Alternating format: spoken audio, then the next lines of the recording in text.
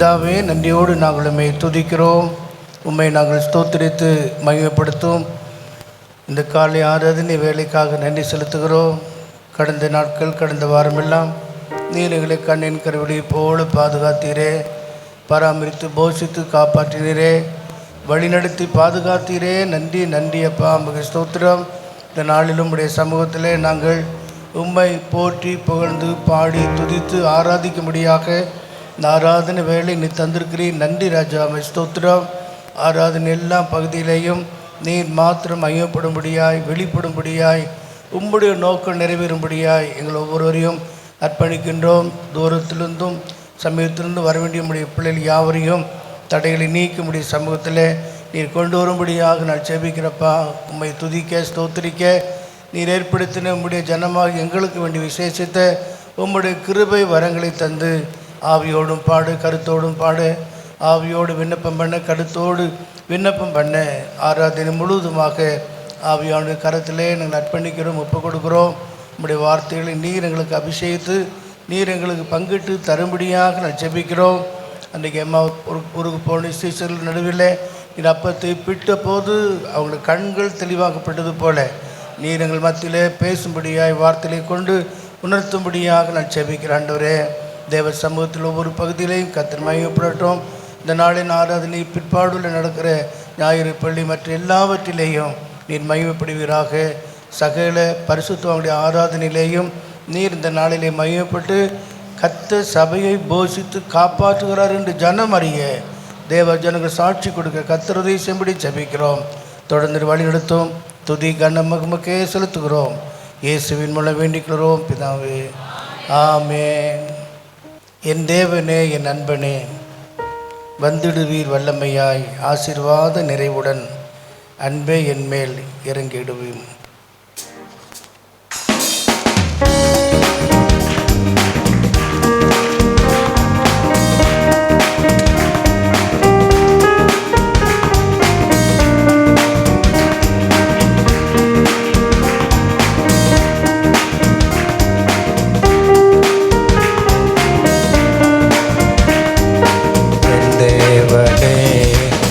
நண்பனே, வந்திடுவேன் வல்லமையாய்.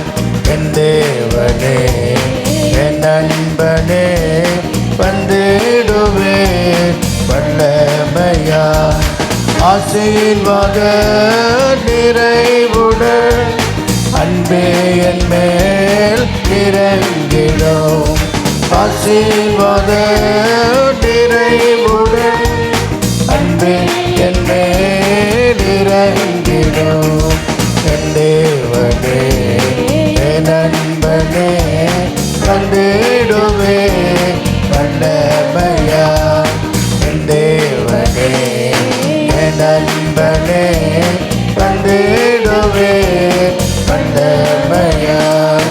உண்டோ உண்டோ பேர்கள் எங்கே உண்டோ அங்கே நான் இருப்பேன். ரெண்டோ ஒன்றோ பேர்கள் எங்கே உண்டோ அங்கே நான் இருப்பேன். என்றோரைத்த வாக்குப்படி என்றோ எம்மை சந்தித்திடும். என்றோரைத்த வாக்குப்படி என்றோ எம்மை சந்தித்திடும். என் தேவனே, என் நண்பனே, வந்திடுவே வல்லமையா.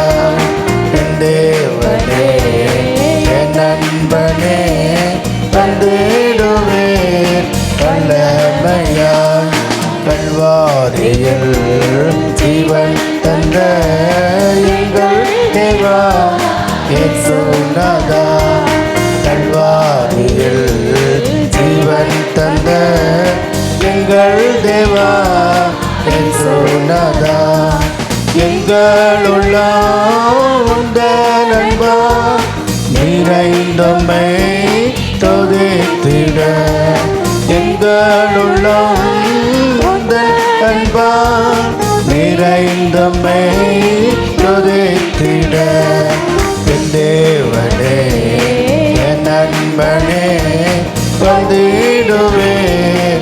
வல்லமையாய் என் தேவனே என் நண்பனே வந்திடுவே வல்லமையாய் கடவேதருக்களினிடையில் ஒரு நாடகமென் எவனோ கடவேதருக்களினிடையில் ஒரு நாடகமென் எவனோ விசுத்தரின் நடுவில் காணுனே அதிசிருஷ்டன இயேசுவினே விசுத்தரின் நடுவில் காணுனே அதிசிருஷ்டன இயேசுவினே வாழ்த்துமே என்ற பிரியனே ஜீவகாலமெல்லாம் இம்மரு யாத்திரையில் தண்ணியோடு ഞാൻ പാടിടുമേ തണ്ണിയോട് ഞാൻ പാടിടുമേ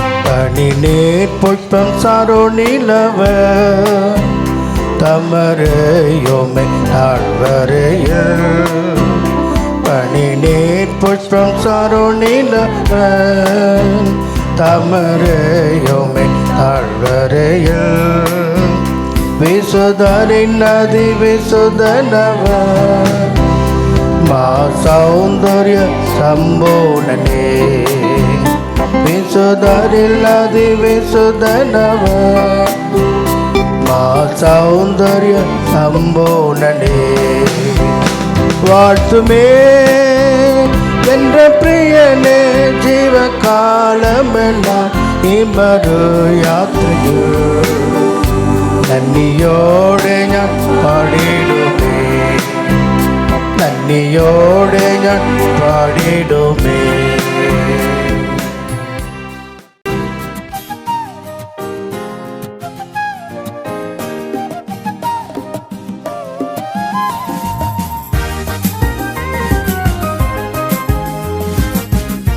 அலையிலே சொல்லுவோமா? ஆண்டுடைய பரிசுத்த நாமத்திற்கு மகிமை உண்டாவதாக. இந்த நாளிலும் நாம் தியானிக்க வேண்டிய ஒரு பகுதிக்கு செல்வோம்.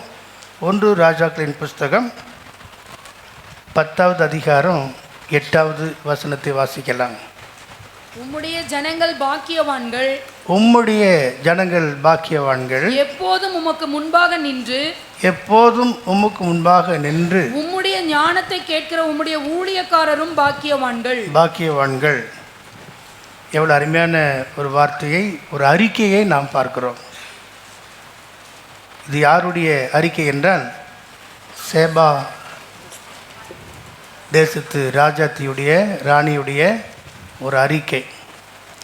இதை முழுவதும் நீங்கள் வழங்கிக் கொள்ள வேண்டும் என்றால், அந்த 1வது வசனத்திலிருந்து நீங்கள் அறிந்து கொண்டால் புரிந்து கொள்ளலாம். கர்த்தருடைய நாமத்தை குறித்து சாலமோனுக்கு உண்டாயிருந்த கீர்த்தி சேபாவின் ராஜஸ்திரிக்கு கேள்வியான போது, அவள் விடுகதையினாலே அவனை சோதிப்பதற்காக மிகுந்த பரிவாரத்தோடும் கந்தவர்க்கங்களோடும் மிகுதியான பொன்னையும் இரத்தினங்களையும் சுமக்கிற ஒட்டங்களோடும் எருசலேமுக்கு வந்தாள். அவள் சாலேமினிடத்தில் வந்தபோது தன் மனதிலிருந்து எல்லாவற்றையும் குறித்து அவனிடத்தில் சம்பாஷித்தான். சாலமோன் ஒரு விசேஷித்த தேவ மனிதன் என்பதை நாம் அறிந்திருக்கிறோம். அந்த சாலமோனுடைய ராஜ்யத்தில் செய்யப்பட்ட பல நிகழ்ச்சிகளை குறித்து இங்கே நாம் பார்க்கிறோம். அவனுடைய ஞானத்தை கேட்கும்படியாக சேபா தேசத்தின் ராஜஸ்திரி வந்து எல்லாவற்றையும் பார்த்துவிட்ட பிற்பாடு அவள் ஒரு அறிக்கை செய்கிறாள். என்ன அறிக்கை என்றால், ராஜாவே, உம்முடைய ஜனங்கள் பாக்கியவான்கள், எப்போதும் உமக்கு முன்பாக நின்று உம்முடைய ஞானத்தை கேட்கிற உம்முடைய ஊழியக்காரரும் பாக்கியவான்கள். விசுவாசிகளும் பாக்கியவான்கள், ஊழியக்காரரும் பாக்கியவான்கள். ஏனென்றால் உமக்கு முன்பாக நின்று கொண்டு உம்முடைய ஞானத்தை அறிவதற்காக இருக்கிறார்களே, அவர்கள்தான் பாக்கியவான்கள் என்று நாம் பார்க்கிறோம். அல்லேலூயா. வேத ஆராய்ச்சியிலே நாம் பார்க்கும்போது ஆபிரகாம் முதல் தாவீது வரை 14 கோத்திரம். தாவீதினுடைய காலத்திலிருந்து பாபிலோனுக்கு இஸ்ரவேலர்கள் அடிமையாக கொண்டு போகும் வரைக்கும் 14 தலைமுறை. பாபிலோனிலிருந்து அவங்க திரும்பி வந்த பிற்பாடு புதிய ஏற்பாட்டில் கிறிஸ்து வரை 14 தலைமுறையாகிய 42 தலைமுறைகளை குறித்து வேதத்தில் நாம் பார்க்க முடியும். அதுக்கு பிற்பாடு நாம் வாசிக்கிறோம், ஜட்ஜஸ் என்ற பகுதியில் ஆண்டவர் தம்முடைய ஜனங்களை நடத்தினார். அதுக்கப்புறம் இஸ்ரவேல் ஜனங்கள் எல்லாரும் கர்த்தரிடத்தில் கேட்டு எங்களுக்கு ஒரு ராஜா வேண்டுமென்று கேட்டாங்க.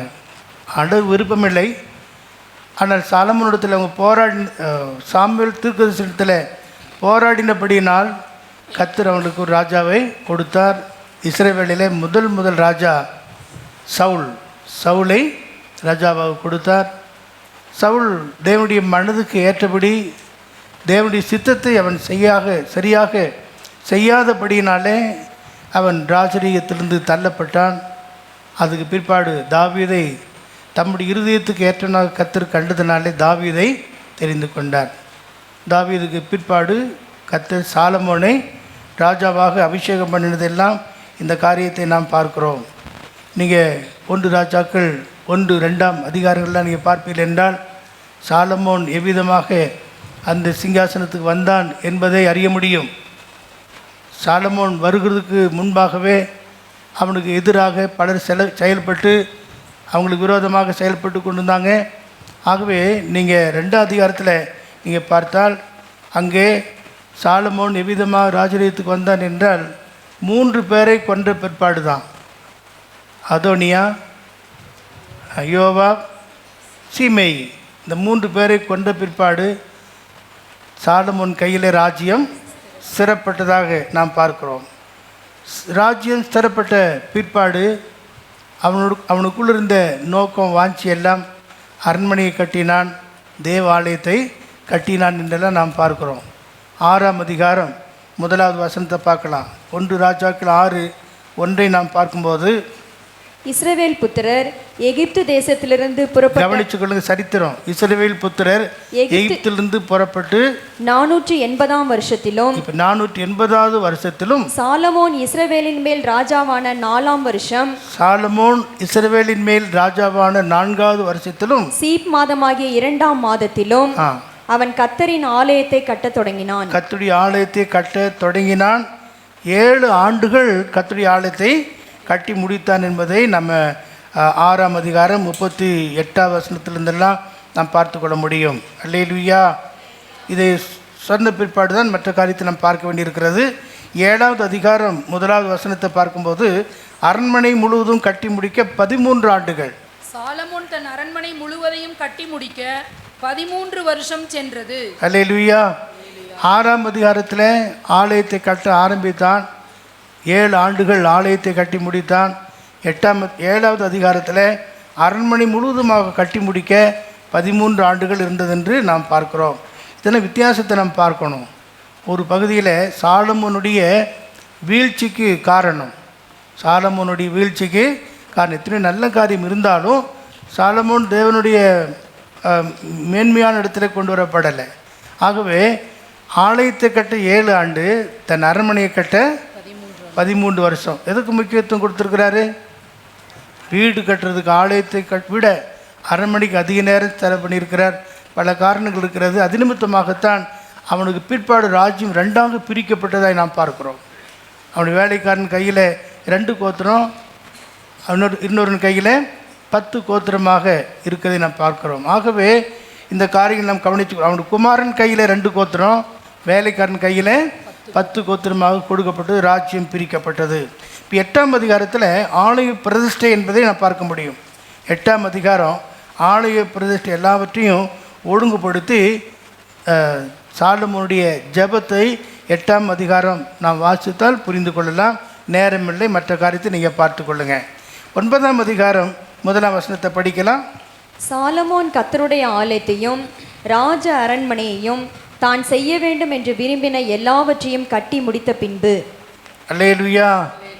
ஆலயத்தையும் கட்டினான், அரண்மனையும் எப்படி கட்ட விரும்பினானோ அதன்படியெல்லாம் கட்டி முடித்தான் என்று நாம் பார்க்கிறோம். 10ஆம் அதிகாரத்தை நீங்கள் பார்த்தீங்கன்னா சாலமோனுடைய கீர்த்தி எல்லா தேசங்களிலும் பரம்பி இருந்ததாய் நாம் பார்க்கிறோம். 10:1 கர்த்தருடைய நாமத்தை குறித்து கர்த்தருடைய நாமத்தை குறித்து சாலமோனுக்கு உண்டாயிருந்த கீர்த்தி சாலமோனுக்கு உண்டாகியிருந்த கீர்த்தி சேபாவின் ராஜஸ்திரிக்கு கேள்வியான போது சேபாவின் ராஜஸ்திரிக்கு கேள்வியான போது அவள் விடுகதைகளினால் அவனை சரி, சோதிக்கிறதற்காக சேபாவின் ராஜஸ்திரிக்கு சாலமோனுடைய கீர்த்தி கேள்விப்பட்ட உடனே எப்படியாயிலும் அந்த ஞானமுள்ள ராஜாவை நான் காண வேண்டும் என்று மிகுந்த வெகுமதிகளோடு கூட, பரிவாரத்தோடு கூட, கந்தவர்க்கங்களோடு கூட, பொன்னையும் ரத்தனங்களையும் சுமக்கிற ஒற்றவங்களோடும் கூட எருசலேமுக்கு அவள் வருகிறதை நாம் 2வது வசனத்திலே பார்க்கிறோம். அங்கே வந்து தன் மனதில் இருந்த எல்லாவற்றையும் குறித்து அவனிடத்தில் சம்பாஷித்தான். அந்த ராஜஸ்திரி சாலமோனிடத்தில் எல்லாவற்றையும் சம்பாஷித்து அறிந்து கொண்டு புரிந்து கொள்கிறதை நாம் பார்க்கிறோம். ஆமேன். இதெல்லாம் அறிந்த பிற்பாடு இறுதியாக அவள் ஒரு அறிக்கை செய்கிறதை நாம் பார்க்கிறோம். படிங்க, இல்லை 5ஆம் வசனத்திலே படிங்க. அவன் பந்தியின் போஜன பதார்த்தங்களையும் அவள் பார்த்த காரியங்கள்லாம் பாருங்க. அவன் பந்தியின் போஜன பதார்த்தங்களையும் அவன் ஊழியக்காரரின் வீடுகளையும் அவன் உத்தியோகஸ்தரின் வரிசையையும் அவர்கள் வஸ்திரங்களையும் அவனுடைய பானபாத்திரக்காரரையும் அவன் கர்த்தருடைய ஆலயத்துக்குள் பிரவேசிக்கும் நடை மண்டபத்தையும் கண்டபோது அவள் ஆச்சரியத்தால் பிரமை கொண்டு ராஜாவை நோக்கி உம்முடைய வர்த்தமானங்களையும் உம்முடைய ஞானத்தையும் குறித்து நான் என் தேசத்திலே கேட்ட செய்தி மெய்யாயிற்று. நான் வந்து அதை என் கண்களால் காணும் மட்டும் அந்த வார்த்தைகளை நான் நம்பவில்லை. இவைகளில் பாதியாகிலும் எனக்கு அறிவிக்கப்படவில்லை என்று காண்கிறேன். நான் கேள்விப்பட்ட பிரஸ்தாபத்தை பார்க்கிலும் ஆமென் உம்முடைய ஞானமும் செல்வமும் அதிகமாய் இருக்கிறது. அல்லேலூயா. கேள்விப்பட்டதை பார்க்கலும் அவருடைய கீர்த்தி ஞானம் எல்லாம் எப்படி இருக்கிறதா? அதிகமாக இருக்கிறது. சொல்லிட்டு உம்முடைய ஜனங்கள் பாக்கியவான்கள் எப்போதும் உமக்கு முன்பாக நின்று உம்முடைய ஞானத்தை கேட்கிற உம்முடைய ஊழியக்காரரும் பாக்கியவான்கள். இது ஒரு சம்பவம். இதை நாம் முன்வைத்து வேத வாக்கியங்களை ஆராய்ந்து பார்க்க போகிறோம். அதாவது இந்த சம்பவத்தை நாம் ஒவ்வொருவரும் ராஜாவாகிய இயேசுவுக்கு முன்பாக நின்று அவர் ராஜ்யத்தில் பிரவேசித்து என்ன ஆசீர்வாதத்தை பெற்றுக்கொள்ள தகுதி என்பதை நாம் பார்க்க போகிறோம். எப்படி சேபாவின் ராஜஸ்திரியானவள் உம்முடைய ஜனங்களும் உம்முடைய ஊழியர்களும் உமக்கு முன்பாக இருந்து கொண்டு உம்முடைய ஞானத்தை பாராட்டி மேன்மை பாராட்டி கொண்டிருக்கிறார்களே, அந்த மாதிரி பாக்கியவான்களாய் இருக்கிறார்களே, அந்த மாதிரி நம்முடைய ராஜாவாகி இயேசு கிறிஸ்துவுக்கு முன்பாக 5ஆம் வசனம் சொல்கிறது, பந்தியின் போஜன பதார்த்தங்கள், ஊழியக்காரரின் வீடு, உத்தியோகஸ்தரின் வரிசை, அவர்கள் வஸ்திரங்கள், பானபாத்திரங்கள், ஆலயத்தினுடைய முகப்பு, மண்டபம், இதெல்லாவற்றையும் குறித்து அங்கே மேன்மையாக சொல்லுகிறதை நாம் பார்க்கிறோம். ஆகவே நாம் சந்திக்க போகிற ஆண்டவராகிய இயேசு கிறிஸ்துக்கு முன்பாக நாம் செல்ல வேண்டுமென்றால் இந்த வரிசை, இந்த விதமான ஒழுங்கு கிரமங்கள் காணப்பட வேண்டும். இயேசுவே சொன்னார், என் பிதாவின் வீட்டில் அநேக வாசஸ்தலங்கள் உண்டு. அப்படி இல்லாதிருந்தால் நான் உங்களுக்கு சொல்லியிருப்பேன், நான் போய் உங்களுக்காக ஒரு ஸ்தலத்தை ஆயத்தம் பண்ண போகிறேன் என்று சொல்லி. புதிய ஏற்பாட்டில் கல்வாரி சிலுவைக்கு பிற்பாடு யாரெல்லாம் ரட்சிக்கப்பட்டு ஆண்டுடைய வார்த்தையின்படி ஜீவிக்கிறார்களோ அவர்களுக்காக ஒரு புதிய வாசஸ்தலத்தை, புதிய ஏற்பாட்டு சபையை, வாசஸ்தலத்தை, ஆலயத்தை, மாளிகையை, வீட்டை அவர் கட்டி கொண்டிருக்கிறார். அந்த வேலை இன்னும் முடிவடையலை. ஆண்டவர் இயேசு கிறிஸ்து அதற்கு மூளைக்கல்லாக இருக்கிறார். எபேசியரில் நாம் வாசிக்கிறோம் 2வது அதிகாரம், எபேசியர் 2ஆம் அதிகாரம் 19ஆம் வசனத்தில் நாம் வாசிக்கலாமே.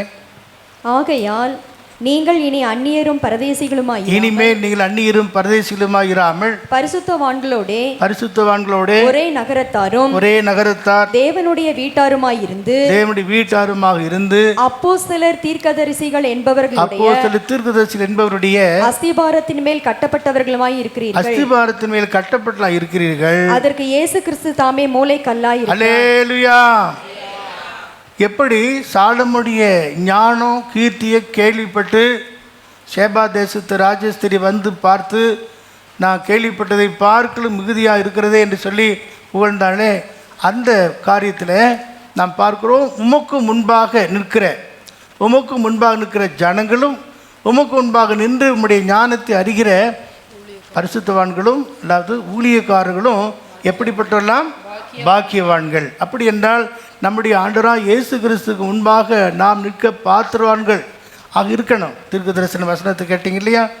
அவருக்கு ஏற்ற பாத்திரமாக, பிரயோஜனமாக, உபயோகமாக, எந்த நற்கிரிக்கும் ஆயத்தமாக்கப்பட்ட கனமான பாத்திரமாக நாம் இருந்தால்தான் ராஜாவுக்கு முன்பாக போய் நிற்கக்கூடிய பாக்கியவான்களாய் மாற முடியும். அல்லேலூயா. கொலோசியர் 1:18 நான் வாசிக்கிறோம், சரீரமான சபைக்கு அவர்தான் தலையாய் இருக்கிறார்.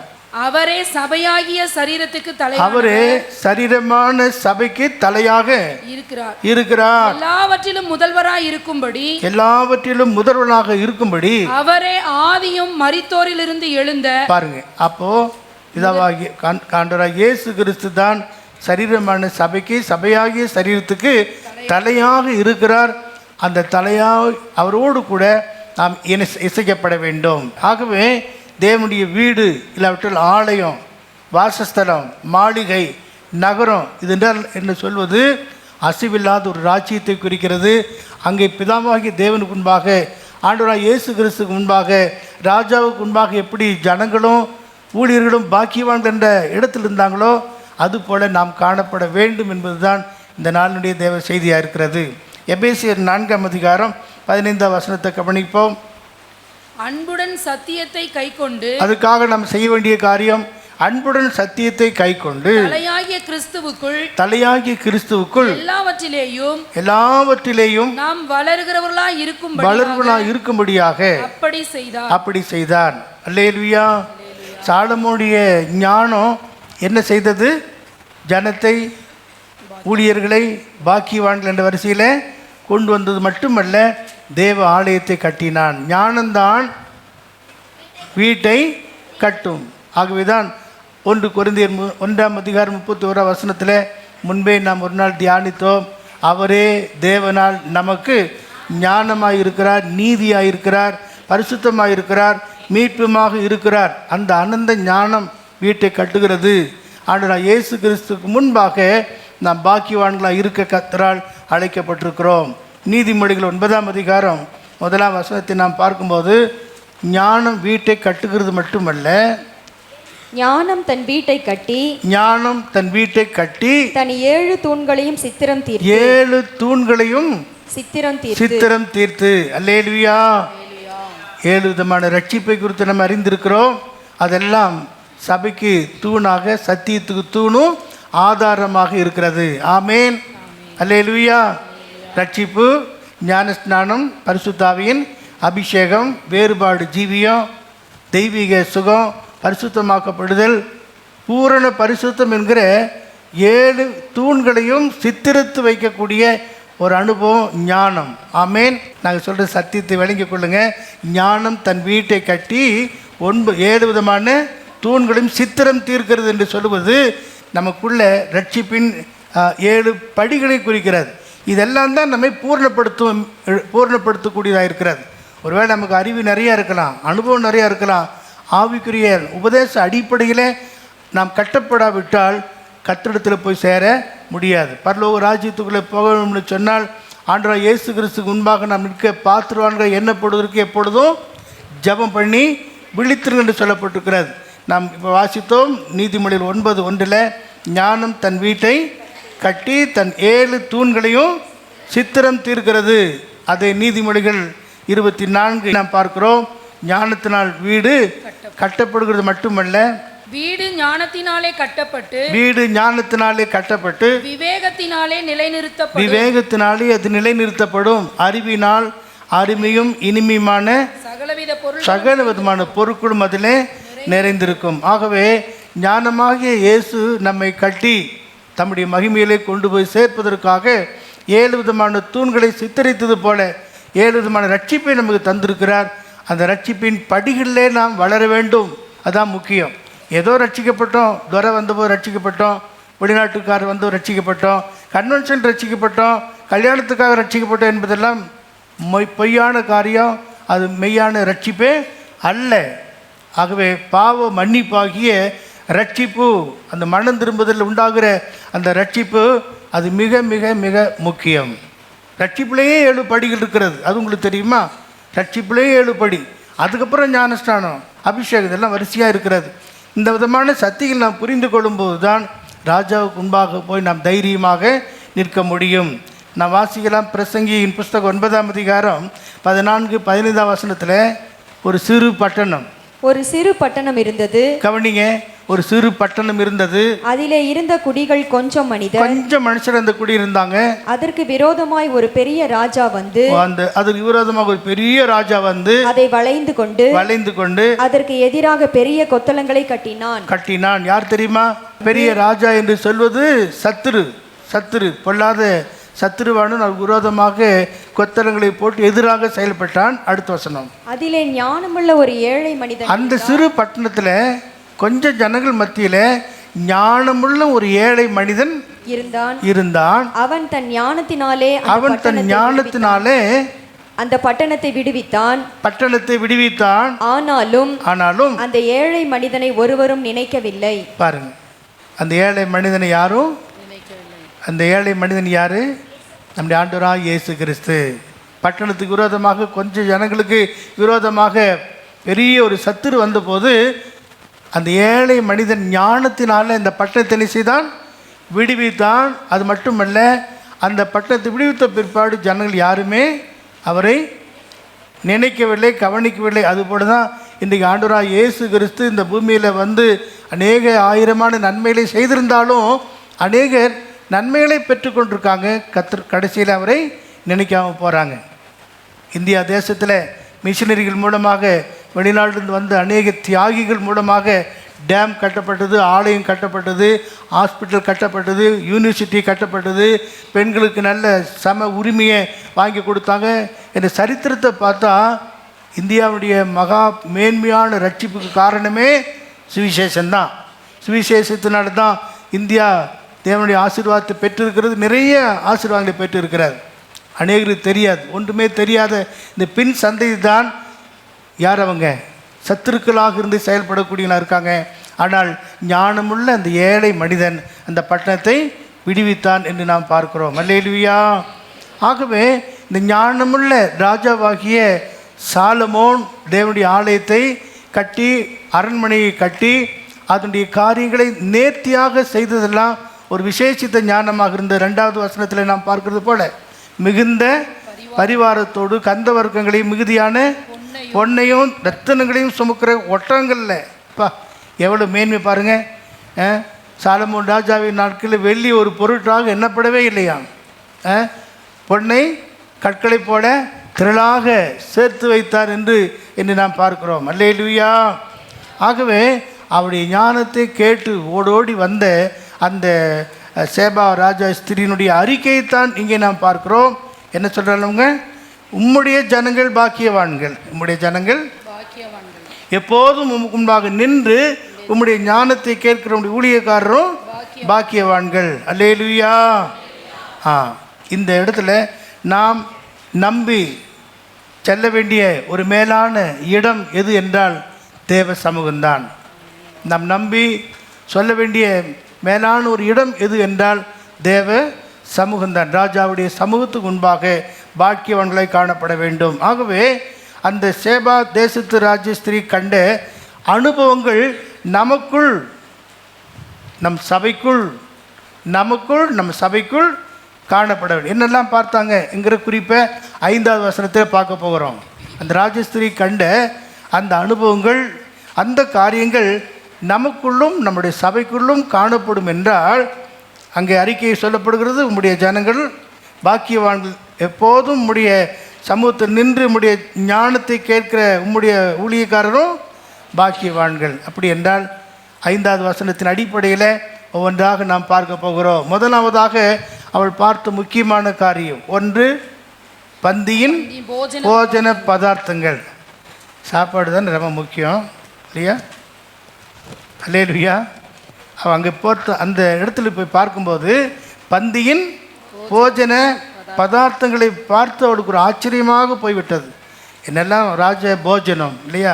ராஜ போஜனம் எவ்வளோ அருமையாக இருந்தது என்பதை குறித்து அவளுக்கு பெரிய ஒரு சந்தோஷம். வெளிநாடு இருந்து வருகிற வெளி தேசத்தாருக்காக விருந்து வைக்கும்போது அவங்களுடைய ஆகாரத்துக்கும் அவங்களுடைய நிலைமைக்கு ஏற்றபடி நல்ல பரிமாறி அவங்கள உற்சாகப்படுத்துவது நம்முடைய தேசத்தின் வழக்கம். அதுபோல் அங்கே சொல்லப்பட்டிருக்க முக்கியமாக முதல் பகுதி பந்தியின் போஜன பதார்த்தங்கள். அல்லேலூயா. நமக்கு என்ன? உம் சித்தம் நான் செய்வேன், அதுதான் என் உணவு. அப்படி தானே? அதுதானே உணவு, வேறையா? பாடுங்களேன். உம் சித்தம் நான் செய்வேன், அதுதான் என் உணவு. அன்பே என் இயேசுவே ஆருயிரே ஆட்கொண்ட என் தெய்வமே. இப்போ உங்களுக்கு புரிந்திருக்கும்னு நினைக்கிறேன். அந்த போஜன பதார்த்தங்கள் எதை குறிக்கிறது? தேவ சித்தம் செய்கிற அனுபவம். இன்றைக்கி நாம் சொல்லுகிறோம் தேவ சித்தம் செய்கிறோம்னு சொல்கிறோம். அது எப்படி இருக்கிறது? உண்மையாகவே ஆண்டுடைய சித்தத்தை நாம் செய்கிறோமா? பரலோக பிதாவின் சித்தம் செய்கிறவனே பரலோக ராஜ்யத்தில் பிரவாசிப்பானே அல்லாமல் என்னை நோக்கி கர்த்தாவே கர்த்தாவே என்று கூப்பிடுவன் பரலோக ராஜ்யத்தில் பிரவேசிப்பது இல்லை. அப்படி என்றால் நம்முடைய உணவு எவ்வளவு முக்கியமோ இந்த சரீரம் வளர்ச்சிக்கு, நம்முடைய ஆன்மீக மனிதன் உள்ளான மனிதன் வளர்வதற்கு தேவையான என்னவென்றால் தேவ சித்தத்தை நாம் செய்யணும். நான் பாதர் அப்படி தான் பாடினார், உம் சித்தம் நான் செய்வேன், அதுதான் என்னுடைய உணவு என்று சொல்லி. அப்படி என்றால் நாம் நம்முடைய வாழ்க்கையில் நாம் தேவ சித்தம் செய்வதற்கு முக்கியத்துவம் கொடுக்கணும். பிசாசு துரத்தலாம், அற்புதங்கள் அடையாளங்களை செய்யலாம், வியாதிஸ்தரை குணமாக்கலாம், வானத்தையே புரட்டி கீழே போடலாம்.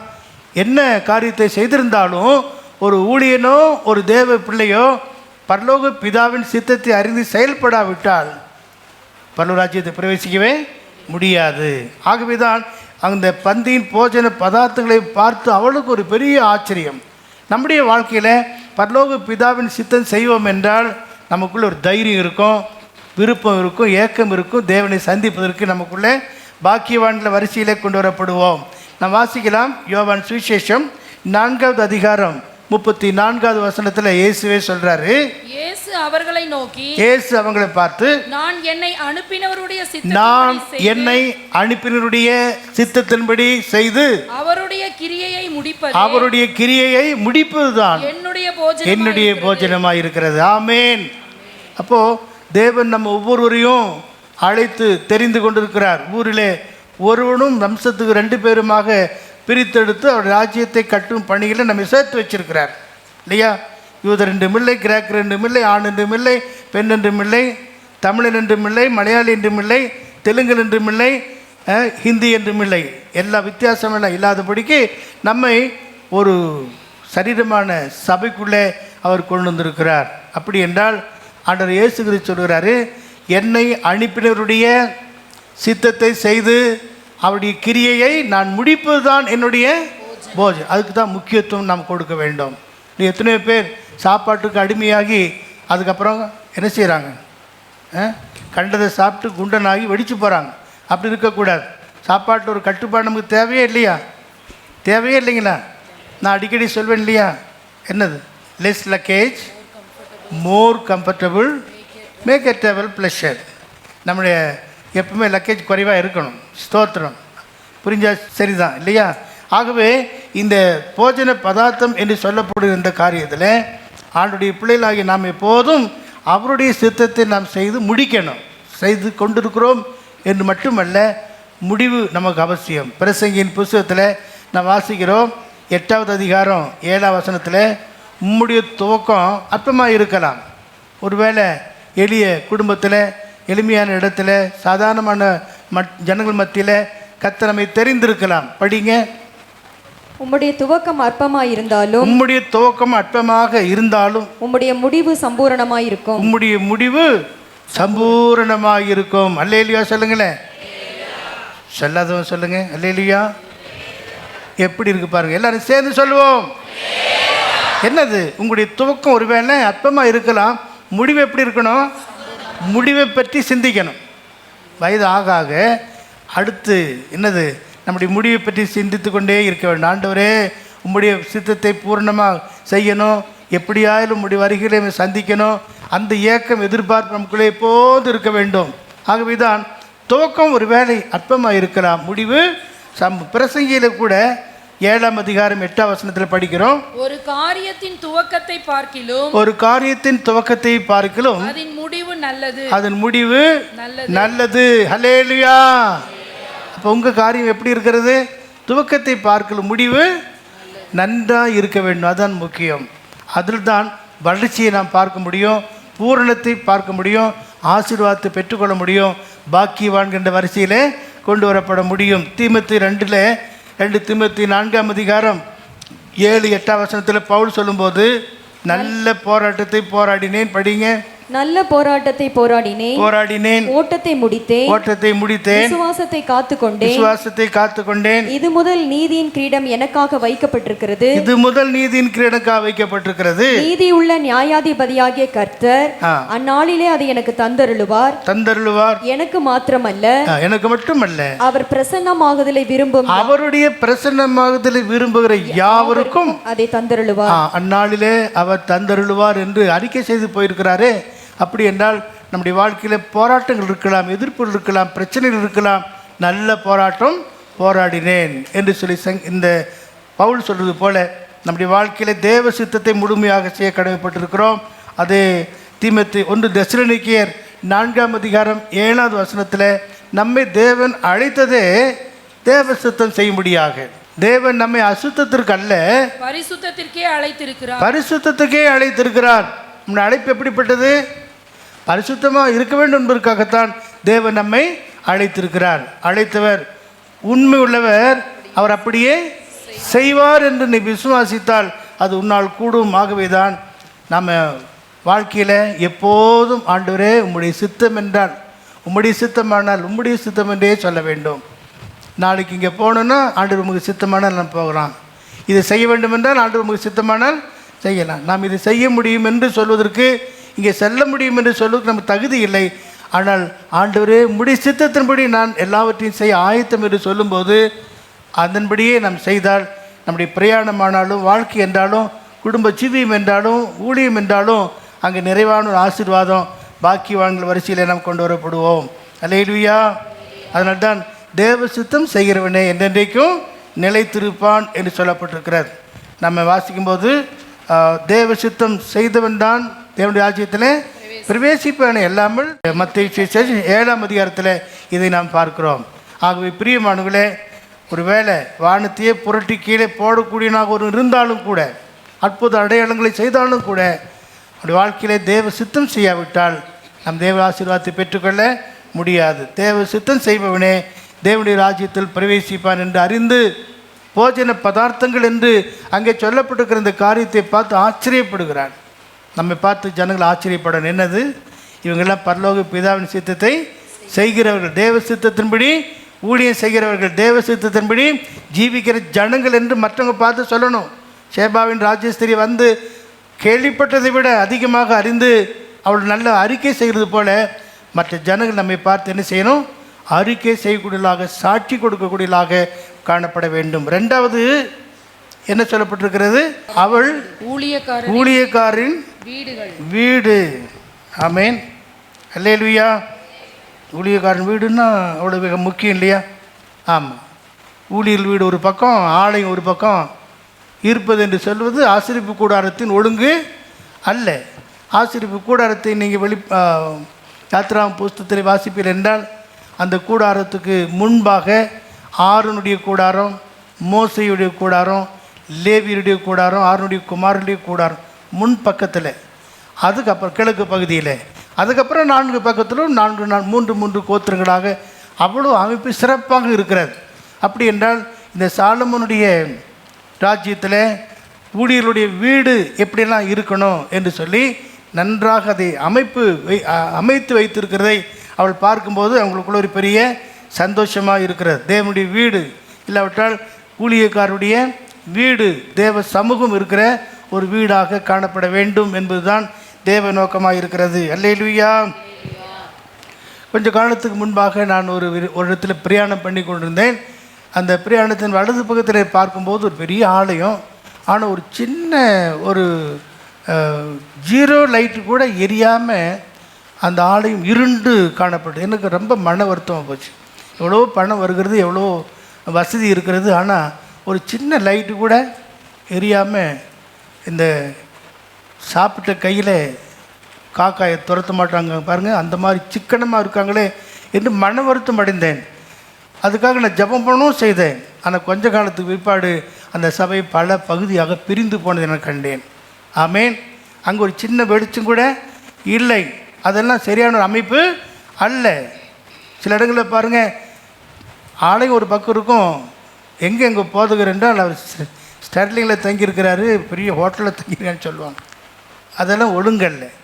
ஆலயத்தோடு சேர்ந்த ஊழியருடைய வீடு மிக முக்கியம் என்பது தான் இங்கே நாம் பார்க்கக்கூடியதாக இருக்கிறது. அல்லேலூயா. நீங்கள் ஆசிரியப்பு கூடாரத்தின் அமைப்பை பார்ப்பில் என்றால் அது மிக நேர்த்தியாக சொல்லப்பட்டிருக்கிறதை நாம் பார்க்கலாம். ஆமேன். அல்லேலூயா. சில ஊழியக்கார வீட்டை பார்த்து பரமப்படுறதும் உண்டு, பரமப்படுகிறதும் உண்டு. அதெல்லாம் வசனத்தின் அடிப்படையில் பார்க்கும்போது தேவன் அவர்களை அவ்வளோ பாக்கியவான்களாக வைத்திருக்கிற யாருக்காக? உங்களுக்காக, சபைக்காகத்தான் கர்த்தர் ஊழியர்களை ஏற்படுத்தி வைத்திருக்கிறார்.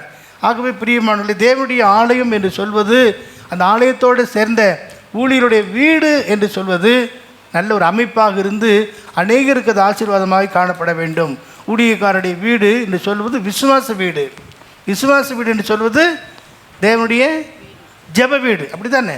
ஜெப வீடு, விசுவாச வீடு, அது ஊழியக்காரருடைய வீடு என்று சொல்லக்கூடிய வகையில் நாம் பார்க்கிறோம். ஏசாயா 56:7 நான் ஜெப வீட்டில் கொண்டு வந்தவங்களை என்ன செய்வேன்? மகிழ பண்ணுவேன். படிங்க. நான் என் பரிசுத்த பர்வதத்துக்கு கொண்டு வந்து என் ஜெப வீட்டிலே அவர்களை மகிழ பண்ணுவேன். என் ஜெப வீட்டிலே அவர்களை மகிழ பண்ணுவேன். ஜெப வீட்டிலே மகிழ பண்ணுவேன். பரிசுத்த பர்வதமாக அந்த ஜெப வீட்டில் கொண்டு வந்து என்ன செய்கிறாரு? மகிழ்ச்சியடை செய்கிறார். 84ஆம் சங்கீதம் 4ஆம் வசனத்தில் உம்முடைய வீட்டிலே வாசமாக இருக்கிறவர்கள் பாக்கியவான்கள், அவர் எப்போதும் என்ன செய்வாங்க? துதித்து கொண்டே இருப்பாங்க. ஆமேன். ஜெப வேலை, ஜெப நேரங்கள், ஆராதனை வேலை, அந்த ஒழுங்குகளெல்லாம் கடைப்பிடிக்கப்படும் போது அந்த ஆசீர்வாதம் அந்த வீட்டில் தங்கும், ஆலயத்தில் தேவ மகிமை வெளிப்படும், அநேகருக்கு அது பிரயோஜனமாக இருக்கும். ஆமேன். அதனால்தான் எபேசியர் 4ஆம் அதிகாரம் 13-14 வசனத்தில் தேவன் அந்த ஊழியர்களை ஏற்படுத்தி வைச்சிருக்கிறார். 13-14 அவர் சிலரை அப்போஸ்தலராகவும், சிலரை தீர்க்கதரிசிகளாகவும், சிலரை சுவிசேஷகராகவும், சிலரை மேய்ப்பராகவும் போதகராகவும் ஏற்படுத்தினார். நாம் இனி குழந்தைகளாயிராமல் மனுஷருடைய சூதும் வஞ்சிக்கிறதுக்கு ஏதுவான தந்திரமுள்ள போதகமாகிய பலவித காற்றினாலே அலைகளைப் போல அடிபட்டு அலைகிறவர்களாயிராமல் அன்புடன் சத்தியத்தை கைக்கொண்டு ஆமென் தலையாகிய கிறிஸ்துக்கள் எல்லாவற்றிலும் வளரும்படி அப்படி செய்திருக்கிறார். ஆகவே பிரியமானவர்களே, இங்கே நாம் பார்க்கும்போது ஊழியர்களை கர்த்தர் ஏற்படுத்தி வைத்திருக்கிறார். அவருடைய வீடுகள் கர்த்தருடைய ஆலயமாக, கர்த்தருடைய சமூகம் இருக்கிறதாக நாம் அறிகிறோம். அது ஒரு விசேஷித்த ஒரு காரியமாக இருக்கிறது. ஆகவே தான் இதெல்லாம் அடிப்படை உபதேசத்தின் அடிப்படையிலே கொண்டு வரப்படுகிறது. உலக ஞானம், ப்ராஜெக்ட் ஒர்க்கு, பாரம்பரியம், இதுக்கெல்லாம் முக்கியத்துவம் கொடு. உலக ஞானத்தை பயன்படுத்துவாங்க. ஆனால் அந்த காலத்துல எல்லாம் உலக ஞானத்துக்கோ ப்ராஜெக்ட் ஒர்க்கோ இடமில்லை. எல்லாமே ஜபந்தான், எல்லாமே ஜபத்தினால்தான். ஒரு ஊழியரோடு கூட நான் உடன் ஊழியனாக இருந்தபோது ஒரு வீட்டு வேலை நடந்து கொண்டிருந்தது. அந்த லேபருக்கு பணம் கொடுக்க வேண்டும் என்று நான் போய் பாஸ்டர்கிட்ட சொன்னபோது ஒரு 5 நிமிடம் போரு என்று சொல்லி உடனே அவர் முழங்கால் போட்டு ஜபம் பண்ண பிற்பாடு கர்த்தர் கொடு என்று சொல்கிறாரு சொல்லி ஜெபித்து தான் காரியத்தை செய்வாங்க. எந்த ஒரு சின்ன காரியமானாலும். இப்போல்லாம் அப்படி இல்லை, ப்ராஜெக்ட் போட்டு அதை போட்டு இதை போட்டு. இது உலக ஞானம். உலக ஞானத்துக்கு இடம் கொடுக்கக்கூடாது. ஜெபம் பண்ணால் கர்த்தர் ப்ராஜெக்ட் தருவார். ஆமேன், அல்லேலூயா. என்ன பாடுறோம்? திட்டங்கள் தருபவரும் நீதானையா, அடுத்து மகிழ்பவரும் நீதானையா. எஜமானனே, திட்டங்கள் தருபவர் நீர்தான், அதை செயல்படுத்தி மகிழ்பவரும் நீர்தான். அப்போது ஜெபத்தினால திட்டங்களை தருவார். அதை செயல்படுத்தும் போது அந்த வீடுகள் மிக ஆசீர்வாதமாக இருக்கும். இதெல்லாம் பார்த்த அந்த செபா தேசத்து ராஜ ஸ்திரீக்கு ஆச்சரியமாக இருந்தது. அதே போல தான் சில நேரம் இந்த இடத்துல ஆலயத்துக்கு வருவது பார்ப்பாங்க, எல்லாம் ஆர் வெல் ஃபர்னிஷ்டு. ஊழியர் முட்டு எஸ்பிசி மீட்டிங் நடந்தது, சினட் ஆஃப் பெண்டிகாஸ்ட் மீட்டிங் நடந்தது. பார்த்து எல்லாருக்குமே எல்லாமே செம்மையாக இருக்குது, எல்லாம் நன்றாக இருக்குதுன்னு சொன்னாங்க. ரொம்ப சந்தோஷமான காரியம் இல்லையா? ஆமேன், அல்லேலூயா. ஆக ஊழியருடைய வீடு, தேவனுடைய வீடு, சபை அல்லது தேவனுடைய சமூகம் இருக்கக்கூடிய ஒரு வீடு ஜெப வீடாக இருக்கிறது. ஆமேன். அதனால தான் 1 தீமோத்தேயு 3:16 வாசிக்கிறோம், அது சத்தியத்துக்கு தூணும் ஆதாரமாக இருக்கிறது. படிங்க. தாமதிப்பேனாகில் தேவனுடைய வீட்டில் நடக்க வேண்டிய வழி நீ அறியும்படிக்கு இவைகளை உனக்கு எழுதுகிறேன். அந்த வீடு ஜீவனுள்ள தேவனுடைய சபையாக சத்தியத்துக்கு தூணும் ஆதாரமாக இருக்கிறது என்பது நாம் படிக்கிறோம். அல்லேலூயா. ஆக அந்த வீடு, அங்கே ஊழியருடைய வீடு சத்தியத்துக்கு தூணும் ஆதாரமாக இருக்கிறது. நீங்கள் இருக்கிற சபை சத்தியத்துக்கு தூணும் ஆதாரமாக இருக்கிறதா என்பதை நிதானித்து ஆளுங்களுக்கு செல்லணும், தேவனுடைய வீட்டுக்கு செல்ல வேண்டும். அடுத்து நாம் பார்க்கிறோம் உத்தியோகஸ்தர்களுடைய வரிசை இல்லையா? 5ஆம் வசனத்தில் பார்க்க என்னது? உத்தியோகஸ்தருடைய வரிசை அது ஒழுங்கும் கிரமமாக இருக்கிறதை நாம் வரிசை என்று சொல்லும்போது அது ஒழுங்கும் கிரமமாக, ஆர்டர் ஆஃப் சர்வீஸ்ன்னு சொல்கிறது போல, அதாவது லா அண்ட் ஆர்டர் என்று சொல்லி தேசத்தில் குறிப்பிடுறது போல ஒழுங்கும் கிரமமாக இருக்கக்கூடிய அந்த பொறுப்புகள் எல்லாம் சரியாக இருக்கிறது. அதைத்தான் 1 கொரிந்தியர் 12ஆம் அதிகாரம் 28ஆம் வசனத்தில் பார்க்கும்போது அந்த உத்தியோகஸ்தருடைய வரிசை முதலாவது யார், 2வது யார், 3வது யார் வரிசையாக சொல்லப்பட்டிருக்கிறது. படிங்களேன். தேவனானவர் சபையிலே முதலாவது அப்போஸ்தலரையும், 2வது தீர்க்கதரிசிகளையும், 3வது போதகர்களையும், பின்பு அற்புதங்களையும். இந்த மூன்றும் 1, 2, 3 என்ற வரிசையிலே கொண்டு வரப்படுகிறது. பின்பு அற்புதம், பின்பு குணமாக்கும் வரம், ஊழியங்கள், ஆளுகைகள், பலவிதமான பாஷைகளையும் ஏற்படுத்தி தேவனானவர் சபையில 1வது, 2வது, 3வது அதுக்கு பிற்பாடு உள்ள இந்த 8 விதமான ஊழியங்களை கர்த்தர் ஏற்படுத்தி வைத்திருக்கிறது. நோக்கம் சரீரமான சபையானது நிறைவான ஒரு வளர்ச்சியை அடைய வேண்டும் என்பதற்காகத்தான். 1 கொரிந்தியர் 9ஆம் அதிகாரத்தில் பார்த்தீர்கள் என்றால் அந்த வரங்களை குறித்து சொல்லப்பட்டிருக்கிறது. வரங்கள் 9 விதமான வரங்கள், 8 விதமான ஊழியம், 9 விதமான வரங்கள். அதில் 3 முதலாவது சொல்லப்பட்டிருக்கிற வரங்கள் வல்லமையின் வரம், மீதி 6 ஞான வரம்புகளை ஞான வரங்கள் என்று சொல்லப்பட்டிருக்கிறது. இதையும் இந்த 1 கொரிந்தியர் 12ஆம் அதிகாரத்தில் நாம் பார்க்குறோம். இப்படி இந்த உத்தியோகஸ்தருடைய வரிசை எவ்வளவு ஒழுங்காக கிரமமாக சரியாக செய்யப்பட்டிருக்கிறதை பார்க்கும்போது அங்கே ஒரு பெரிய ஒரு ஆசீர்வாதம். உம்முடைய ஜனங்கள், உம்முடைய ஊழியர்கள் உம்முடைய ஞானத்தை கேட்கும்படியாக உண்மையாக இருக்கிறார்களே, அவர் பாக்கியவான்கள் சொல்லுகிறார். அதனால்தான் 1 கொரிந்தியர் 1ஆம் அதிகாரம் 7ஆம் வசனத்தில் படிக்கும்போது அந்த சபையானது ஆரம்ப காலத்தில் யாதொரு வரத்திலும் படிங்க. அப்படியே நீங்கள் யாதொரு வரத்திலும் குறைவில்லாதவர்களாய் நம்முடைய கர்த்தராகிய இயேசு கிறிஸ்து யாதொரு வரத்திலும் குறைவில்லாதவர்களாய் நம்முடைய கர்த்தராகிய இயேசு கிறிஸ்துவின் வருகைக்காக வெளிப்படுவதற்கு காத்திருக்கிறீர்கள். அப்போ கர்த்தருடைய வருகையில நம்ம போகணும்னா யாதொரு வரத்திலும் குறைவில்லாத ஒரு அனுபவத்தை படிப்படியாக நாம் பெற்றுக்கொள்ள வேண்டும். அபிஷேகத்தின் மூலமாக அந்த ஆவியினால ஞான வரங்கள், வல்லமையின் வரங்கள் என்று சொல்லி வசனங்களை வாசிக்கிறது போல இதெல்லாம் சொல்லப்பட்டிருக்க உத்தியோகஸ்தருடைய வரிசை என்று சொல்லப்பட்டிருக்கிறது. ஒரு இடத்துல நாங்கள் இப்படி பிரசங்கம் பண்ணி கொண்டிருக்கும்போது அடுத்து ஞாயிறு பள்ளி தொடங்கினது. ஞாயிறு பள்ளி முடிந்தோடனே மாடியிலே போய் சில பள்ளியில் உட்கார்ந்துட்டு அங்கே 4 பேர் உட்கார்ந்து ஒருத்தர் சத்தமாக சொன்னான், டேய் சகலும் நல்லொழுக்கமாயும் கிரமமாயும் நடக்கணும். யார் சொன்னதே? அவன் பாஸ் சொல்லியிருக்கிறாரு. அவன் பிள்ளைகளுக்குள்ளே கூட அந்த எண்ணம் வந்து விடுகிற, சகலமும் நல்லொழுக்கமாயும் கிரமமாயும் செய்யப்பட கடவுது என்று சொல்லி. ஆகவே தான் அந்த உத்தியோகத்துடைய வரிசை எவ்விதமாக இருக்கிறதோ அதுபோல தான் ஆராதனை தொடக்கத்தில் உங்கள் வரிசையிலே சரிப்படுத்திக்கொள்ளும் சொல்லுகிறோம். பார்த்து அங்கு இங்குமாக உழவர் சந்தையில் வியாபாரம் பண்ணுறது போல உட்காரக்கூடாது. எல்லாம் அந்தந்த இடத்துல அவங்கவுங்க குறிக்கப்பட்ட இடத்துல உட்கார்ந்து கர்த்தரை மையப்படுத்த உத்தியோகத்துடைய வரிசை மிக முக்கியம். அதை பார்க்கும்போதே ஒரு பெரிய சந்தோஷப்பட்டு உம்முடைய ஜனமும் உம்முடைய ஊழியர்களும் பாக்கியவான்கள் சொல்கிறதை பார்க்கிறோம். 4வது என்ன? வஸ்திரங்கள் அங்கே சொல்லப்பட்டிருக்கு, படிங்க. அவர்கள் வஸ்திரங்களையும், அவர்களுடைய வஸ்திரங்கள். முதலாவது நாம் பார்த்தோம், முதலாவது போஜன பதார்த்தங்கள், 2வது ஊழியக்காருடைய வீடு, அப்புறம் உத்தியோகத்துடைய வரிசை. இப்போ 4வதாக நாம் பார்க்கிறோம் வஸ்திரங்கள். வஸ்திரங்கள் ரொம்ப முக்கியம். இந்த நாட்களில் சீர்கட்டு போவதுக்கு காரணமே வஸ்திரத்தினுடைய விலகல் காரியம்தான். ரொம்ப ஜாக்கிரதையாக ஞானமாக நாம் இருக்க வேண்டும். ஆள் பாதி ஆடை பாதின்னு சொல்லுவாங்க. இப்போ ஆள் பாதி ஆடை பாதியாக தான் இருக்குது. பாதி ஆடை தான் சிலர் உடுத்து கொண்டிருக்கிறாங்க. அது நிமித்தமாக உண்டாகிற தீமையான காரியங்கள் எவ்வளோ மோசம் பாருங்கள். யாத்திராகும் புஸ்தகம் 28ஆம் அதிகாரம் 2ஆம் வசனத்தில் பார்க்கிறோம், ஆசாரியர்களுக்கு மகிமையான வஸ்திரமா. படிங்க. உன் சகோதரனாகிய ஆரோனுக்கு மகிமையும் அலங்காரமாய் இருக்கும் பொருட்டு, மகிமையான அலங்காரமான வஸ்திரங்கள் இருக்கும் பொருட்டு பரிசுத்த வஸ்திரங்களை உண்டு பண்ணுவாயாக. அப்படிப்பட்ட பரிசுத்த வஸ்திரங்கள் மகிமையா இருக்கும், அலங்காரமா இருக்கும். பரிசுத்தம் தான் அதனுடைய ஒரு மேன்மையா இருக்கிறது. ஆகவே மகிமையான அலங்காரமான பரிசுத்த வஸ்திரங்களை அங்கே உடுக்க சொல்லி ஆசாரியனுக்காக ஆரோனுக்காக மோசே இடத்துல கத்த சொன்னார்.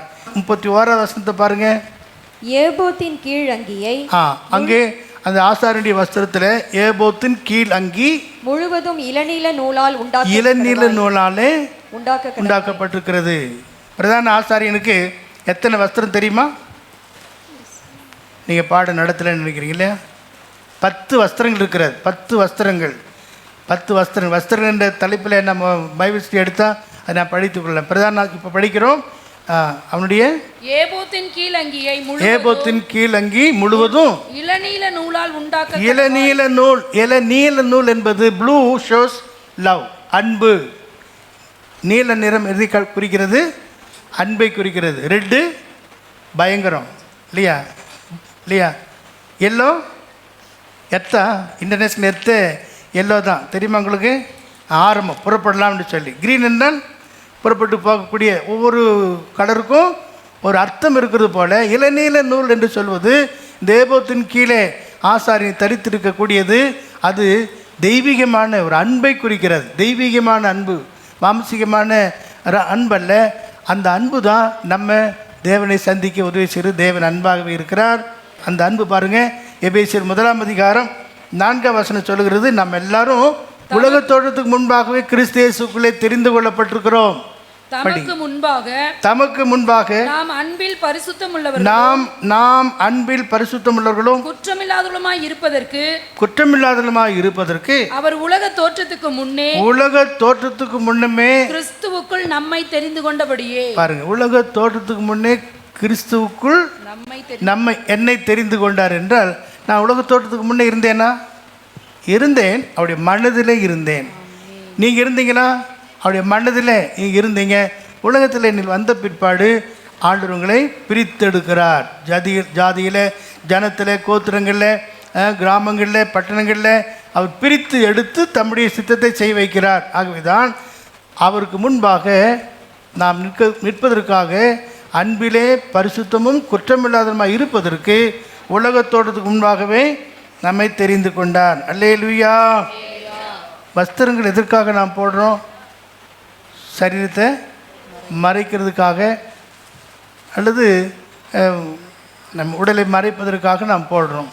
ஆனால் இந்த நாட்களில் நான் சொல்ல வேண்டிய காரியம் சில உண்டு. பெண்களுடைய வஸ்திரங்கள்லாம் எப்படி இருக்கிறது? முக்காடு சரியாக போடுறது இல்லையே, முக்காடும் போடுறதில்லை சிலர்லாம். அப்படிலாம் இருக்குது. உங்கள் வஸ்திரங்களை குறித்து எச்சரிக்கையாக இருப்பீர்கள் என்றால் நீங்கள் பாதுகாக்கப்படுவீர்கள், மற்றவர்களும் பாதுகாக்கப்படுவாங்க. அதை குறித்து நாம் கவனமாக இருக்கணும். என் ஊழியக்காரர் கூட சில வஸ்திரத்தை பார்த்தீங்கன்னா கிரிக்கெட் பிளேயர் மாதிரி போட்டு நடப்பாங்க. அப்படி இருக்கக்கூடாது. அந்த தகுதியான ஒரு வஸ்திரம். ஊத்துக்கோட்டையில் ஒரு சர்ச் டெடிகேஷனுக்கு நான் போயிருந்தேன். இசிஐ சர்ச் டெடிகேஷன் எனக்கு கூப்பிட்டுருந்தாங்க. அங்கே ஐயர்மார் வந்திருந்தாங்க. அங்குள்ள செக்ரட்டரி ஞானசேகர், அவர் ஒரு திருநெல்வேலியை சேர்ந்தவர், அவர் என்னை அழைச்சிருந்தார். அவர் கூப்பிட்டு அங்கே என்னை அந்த காரிய பங்கு பெற வைத்தார். அப்போ எல்லாரும் அந்த இதில் பங்கு பெற்று எனக்கு ஒரு செய்தி கொடுக்க வைத்தாங்க. நான் செய்தி கொடுத்துட்டு அங்கே இருந்த எல்லாரோடும் பேசி கொண்டிருந்தேன். அதுக்கப்புறம் நான் திடீரென்று ஐயர்மாரெல்லாம் எங்கே என்று தேடி பார்த்தேன். ஒருவரையும் காணவில்லை. அப்படின்னு என்ன, அது முடிந்த உடனே அவங்க சட்டையை சுருட்டி பையில் போட்டுக்கிறாங்க. சட்டையெல்லாம் சுருட்டி பேக்கில் போட்டு உட்காந்து அங்கே தான் இருந்தாங்க. அப்புறம் நாங்கள் தான் சொல்கிறாங்க. அப்படி தான் இருக்குது. அப்படி அல்ல. ஊழியருடைய வஸ்திரம் மிக முக்கியம். தேவனுடைய பிள்ளைகளுடைய வஸ்திரம் மிகவும் முக்கியம். உங்கள் வஸ்திரங்களை காத்து கொள்கிறவன் பாக்கியவான். அல்லேலூயா. வினோதமான வஸ்திரங்கள் இப்போ லேட்டஸ்ட் தான் எல்லாருக்குமே. வினோதமான வஸ்திரங்கள். ஒரு ஊழியக்கார பிள்ளைங்க அப்படி தான் போட்டிருக்காங்க. கை சொட்டையாக இருக்குது, பார்த்தா ஓட்டமாக இருக்குது. அது என்ன ஓட்டை என்ன தெரியல. இப்படி தான் பழக்கப்பட்டிருக்கிறாங்க பாருங்கள். பின்னாட்களில் இதெல்லாம் எங்கே கொண்டு போய் முடியும் என்று தெரியவில்லை. நாம் கவனமாக இருக்க வேண்டும். வஸ்திரங்களை குறித்து ஜாக்கிரதையாக இருக்க வேண்டும். உங்கள் பெற்றோர் பிள்ளைகளுடைய வஸ்திரங்களை குறித்து ஜாக்கிரதையாக இருக்கணும். அதனால்தான் சாமுவேல் என்னும் பிள்ளையாண்டானுடைய தாயார் யார்? அது வருஷந்தோறும் தன்னுடைய பிள்ளையை பார்க்க வரும்போது ஒரு சட்டையை தைத்து கொண்டு வருவாள். தாய் தன் பிள்ளைக்கு என்ன வஸ்திரம் கொடுக்கணுமோ அதை கொடுத்து மற்றவர்களுக்கு அது தீமையாக வராதபடிக்கு ஜாக்கிரதையாக காத்துக்கொள்ள வேண்டும். அடுத்து நீங்கள் பார்த்தீங்கன்னா 5வது பான பாத்திரங்கள்னா குடிக்கிறதுக்கு அந்த இதில் டிஷஸ்லாம் வச்சுருப்பாங்க. பான பாத்திரம் என்று சொல்வது உபசரிப்பு, கவனிப்பு, ஹாஸ்பிட்டாலிட்டி என்று சொல்கிறாங்க பாருங்கள். அது தேவனுடைய பிள்ளையுடைய வாழ்க்கையிலே மிகவும் முக்கியம். ஆண்டவர் நம்ம உபசரிக்கிறாரா இல்லையா, விசாரிக்கிறாரா இல்லையா? ஆகவே ஒன்று பேதுரு 5:7 சொல்லப்பட்டிருக்கிறது, அவர் நம்மை விசாரிக்கிறானபடியினால் நம்முடைய கவலையெல்லாம் அவர் மேலே வைத்து விடுங்கள். அந்த விசாரிப்பு நமக்கு அவசியம். தேவனுடைய சபையில் ஊழியர்கள் நடுவில் விசாரிப்பு மிக முக்கியம். அப்படி விசாரிக்கும்போது அநேகரை நம்ம ஆதாயப்படுத்தலாம், தேவ அன்பை வெளிப்படுத்தலாம், தேவ கிருபை அவங்க மூலமாக வெளிப்படக்கூடியதாக இருக்கும். ஆமேன். சொந்தக்காரங்களை மாத்திரம் தெரிந்தவளை மாத்திரம் விசாரிக்கக்கூடாது. புதிதாக ஒரு முகம் தென்பட்டால் நீங்கள் அவங்க விசாரித்து அவங்கள அன்பு பாராட்டி, நீங்கள் பிரியாணி வாங்குறதுக்கு முன்னாடி அவங்களுக்கு வாங்கி கொண்டு போய், அதுக்கு முக்கியத்துவம் இல்லை, மற்றவருக்காக நம்ம செயல்பட கடமைப்பட்டிருக்கிறோம். விசாரிப்பது மிகவும் முக்கியம். சபைக்குள்ளே வருகிற சில ஆத்துமாக்களை கூட சில விசாரித்து பார்க்கறது இல்லை. அந்த விசாரிப்பு மிக முக்கியம். தேவன் நம்ம விசாரிக்கிறார் இல்லையா? 5:7 ஆகையால் அவர் உங்களை விசாரிக்கிறவரானபடியால் உங்கள் கவலைகளை எல்லாம் அவர் மேல் வைத்து விடுங்கள். கர்த்தர் நம்ம விசாரிக்கிறது போல மற்றவர்களை நாம் விசாரிக்கணும். வேதம் சொல்கிறது விசாரிப்பார் அற்ற சியோன் என்று. சியோன் அப்படி தான் சீரழிந்திருக்கிறது என்று பொதுவாக சொல்லுவாங்க. அப்படி இருக்கக்கூடாது. சியோனில் உள்ள பாவிகள் திகைக்கிறாங்க, மார்க்கந்தப்பி இருக்கிறான்னு சொல்லப்பட்டிருக்கிறது. இதெல்லாம் எச்சரிப்பின் வார்த்தையாக இருக்கிறது. ஆகவே நாம் மற்றவர்களை விசாரிக்கக்கூடிய, அன்பை பகிர்ந்து கொள்ளக்கூடிய காரியமாக நாம் வேத வசனத்தில் பார்க்கும்போது எபேசியர் 5ஆம் அதிகாரம் 15ஆம் வசனத்தை பாருங்கள். ஞானமற்றவர்களைப் போல நாம் இருக்கக்கூடாது. ஆனபடியினாலே நீங்கள் ஞானமற்றவர்களைப் போல நடவாமல் ஞானமுள்ளவர்களைப் போல கவனமாக நடந்து கொள்ள பார்த்து நாட்கள் பொல்லாதவைகளானதால் காலத்தை பிரயோஜனப்படுத்திக் கொள்ளுங்கள். ஆகையால் கவனிங்க, நீங்கள் மதியற்றவர்களாயிராமல் கர்த்தருடைய சித்தம் இன்னதென்று உணர்ந்து கொண்டு துன்மார்க்கத்துக்கு ஏதுவான மதுபான வரி கொள்ளாமல் ஆவியினால் நிறைந்து சங்கீதங்களினாலும் கீர்த்தனைகளினாலும் ஞான பாட்டுகளினாலும் ஒருவருக்கொரு புத்தி சொல்லிக் கொண்டு உங்கள் இருதயத்தில் கர்த்தரை பாடி கீர்த்தனம் பண்ணி நம்முடைய கர்த்தராகிய இயேசு கிறிஸ்துவின் நாமத்தினாலே எப்பொழுதும் எல்லாவற்றுக்காகவும் பிதாவாகிய தேவனை ஸ்தோத்தரித்து அல்லேலூயா. இந்த வசனங்கள்லாம் திரும்ப நீங்கள் போய் பார்க்கணும், ஆசித்து பார்த்து எப்பொழுதும் எல்லாவற்றிலும் தேவனுக்கு ஸ்தோத்திரம் பண்ணணும். ஞானமற்றவர்களைப் போல நாம் இருக்கக்கூடாது. நம்ம ஞானமாக நடக்கணும். நாட்கள் பொல்லாதலானதால் காலத்தை பிரயோஜனப்படுத்திக் கொள்ள கடமைப்பட்டு இருக்கிறோம். உபசரிப்பு, ஆத்தும ஆதாயம், இதெல்லாம் நம்ம முக்கியம்.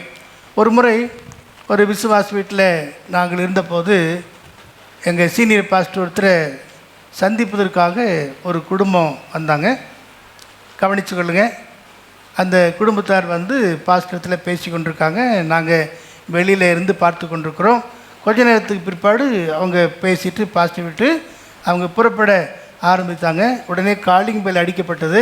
நாங்கள் உள்ளே போனோம். உள்ளே போனோடனே வந்தாங்களே, அவங்களுக்கு ஏதாவது காஃபி டீ கொடுத்தீங்களா அப்படின்னு கேட்டாங்க. யாரும் அதை பற்றி ஒன்றுமே விசாரிக்கலைன்னு சொன்ன உடனே அடுத்த பெல் அடித்தார். உடனே போய் நீங்கள் டீ காஃபி கொண்டு வாங்கன்னு சொல்லிவிட்டு அவர் அனுப்பிச்சிட்டு அந்த குடும்பத்தை தன் பக்கத்தில் திரும்ப அழைத்து கொண்டு வந்து உட்கார வைத்து ஒரு நிமிடம் பொறுங்க என்று சொல்லி உடனடியாக அங்கே என்ன கொண்டு காஃபி டீ கொண்டு வந்தாங்க. அவங்க குடிச்சிட்டு சந்தோஷமாக புறப்பட்டு போகும்போது பாக்கெட்டில் கைவிட்டு 200 ரூபா பாஸ்ட் கையில் கொடுத்துட்டு போயிட்டாங்க. தோற்றுறோம். அவங்க போயிட்டாங்க. போட்டப்போ மறுபடியும் பெல் அடித்தது. நாங்கள் உள்ளே போனோம். டேய் பாரு, என்னுடைய காஃபி 200 ரூபாடா. என் காஃபி என்ன விலை? எப்படி? அந்த ஆசரிப்பு, அந்த விசாரிப்பு, உபசரிப்பு, இது நல்லா இருக்கா இல்லைங்களா?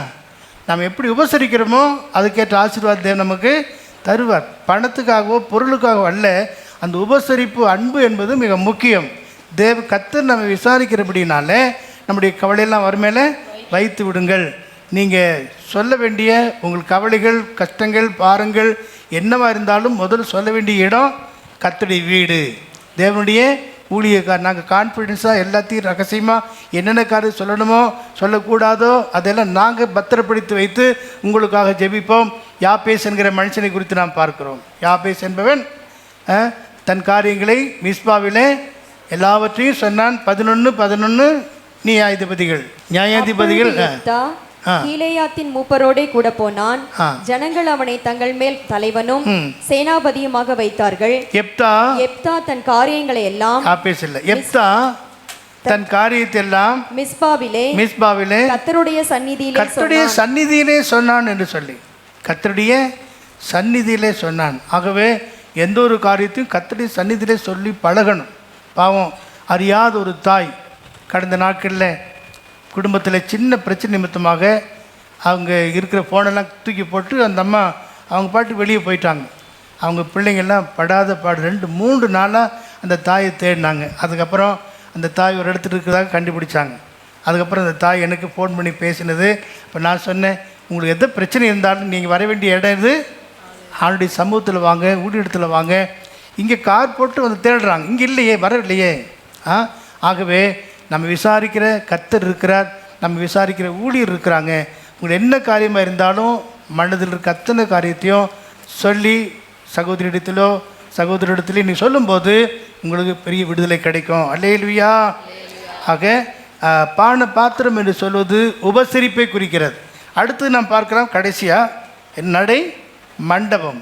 படிச்சிருங்க அந்த வசனத்தை கடைசியாக. அவன் கர்த்தருடைய ஆலயத்துக்குள் பிரவேசிக்கும் நடை மண்டபத்தையும் கண்டபோது அப்பா அங்கே இப்போ அவள் வெளியே வருகிறான். ஆலயத்தில் பிரவேசிக்கும் போது அந்த நடை மண்டபத்தை பார்த்து அவளுக்கு ஒரு பெரிய ஆச்சரியம். இவ்வளவு நேர்த்தியா, இவ்வளவு அருமையாக செய்திருக்காள் என்று சொல்வது எதை குறிக்கிறது என்றால் பூர்வ பிதாக்களுடைய ஆசீர்வாதங்கள்.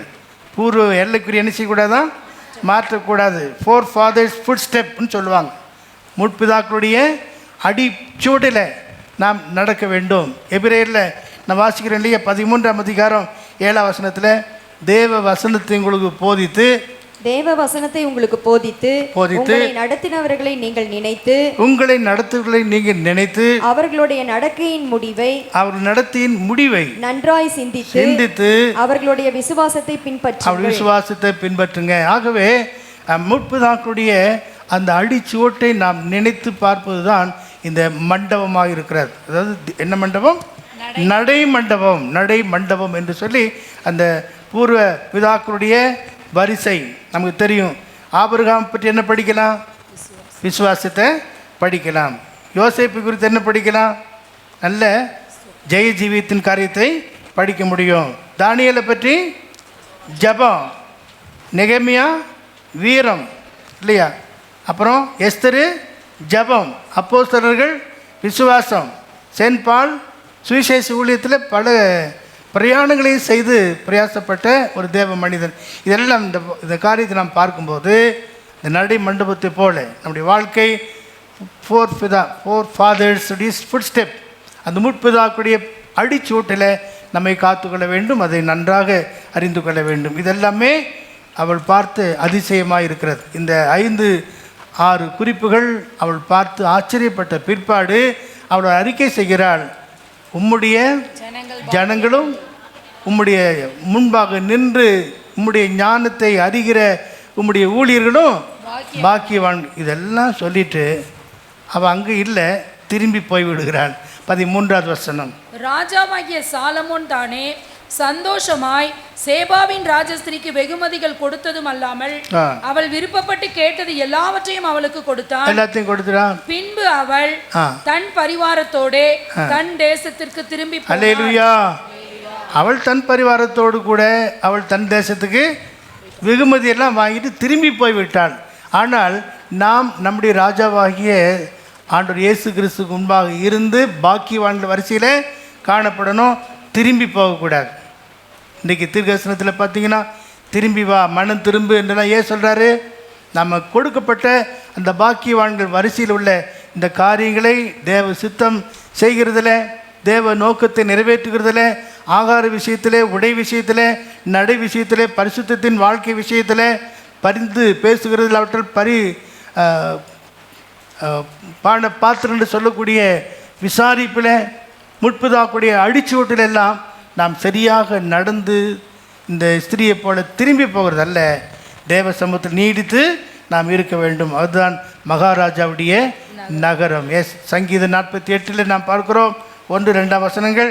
கர்த்தர் பெரியவர், அவர் நமது தேவனுடைய நகரத்திலும், கர்த்தர் பெரியவர், தேவன் நகரத்தையும் தமது பரிசுத்த பர்வதத்திலும் மிகவும் துதிக்கப்படத்தக்கவர், மிகவும் துதிக்கப்படத்தக்கவர். வட திசையில் உள்ள சீயோன் பர்வதம் வடிப்பமான ஸ்தானமும் சர்வ பூமியின் மகிழ்ச்சியுமாய் இருக்கிறது. Great is the Lord and greatly to be praised in the city of God. என்னெல்லாம் அருமையான அந்த வசனம் சொல்லப்பட்டிருக்கிற அந்த மகாராஜாவுடைய நகரத்துக்கு, ராஜாவுடைய சமூகத்துக்கு முன்பாக நாம் நிற்க பாத்திரவான்களாய் மாறணும். ஆகவே தான் சாலமோனுக்கு முன்பாக அந்த ஜனங்களும் ஊழியக்காரரும் பாக்கியவான்களோட பெயரை சாட்சியை பெற்றுக்கொண்டது போல நாம் தேவனுக்கு முன்பாக சாட்சியாய் ஜீவிக்க வேண்டும். 2 பேதுரு 3ஆம் அதிகாரம் 12ஆம் வசனத்திலிருந்து படிக்கும்போது அங்கே சொல்லப்பட்டிருக்கிறது. 2 பேதுரு 3:12 முதல். தேவனுடைய நாள் சீக்கிரமாய் வரும்படிக்கு மிகுந்த ஆவலோட காத்திருங்க. அந்த நாளில் வானங்கள் வெந்து அழிந்து பூதங்கள் எரிந்து உருகிப்போம். அவருடைய வாக்குத்தத்தத்தின்படியே நீதி வாசமாயிருக்கும் புதிய வானங்களும் புதிய பூமியும் உண்டாகும் என்று காத்திருக்கிறோம்.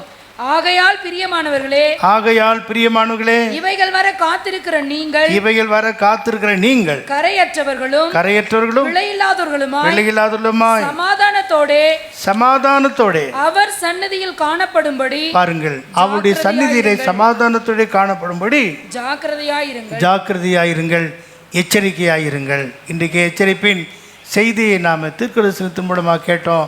வேத வசனமும் நமக்கு போதிக்கிறது. நாம் எழுந்து கர்த்தரை மகிமைப்படுத்துவோம். எழுந்து நிற்போம். ராஜாவும் மாளிகையில் ராப்பகலாய் மந்திருப்பே, இயேசு ராஜாவும் மாளிகையில் ராப்பகலாய் அமர்ந்திருப்பே, உம்மை துதித்து மகிழ்ந்திருப்பே, எல்லா துயரம் மறந்திருப்பே, உம்மை துதித்து மகிழ்ந்திருப்பே, எல்லா துயரம் மறந்திருப்பே. ஆராதனை ஆராதனை அப்பா அப்பா உங்களுக்கு ஆராதனை ஆராதனை அப்பா அப்பா உங்களுக்கு பரிசுத்தமாக்கும் யெகோவாமைதான் ஆராதனை உமக்கே பரிசுத்தமாக்கும் யெகோவாமைதான்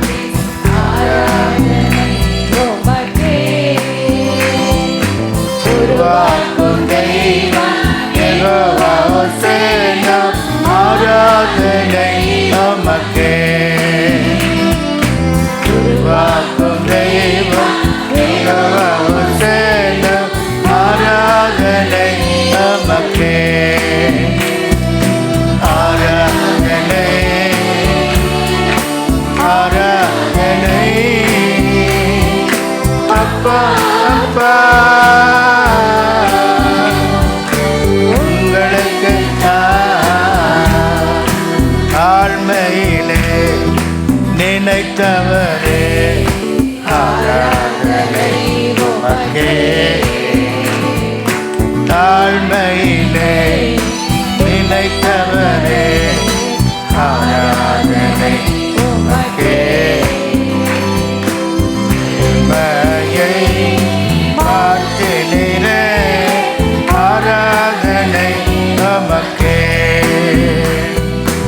உம்மையை மாற்றினீரே ஆராதனை உமக்கே ஆராதனை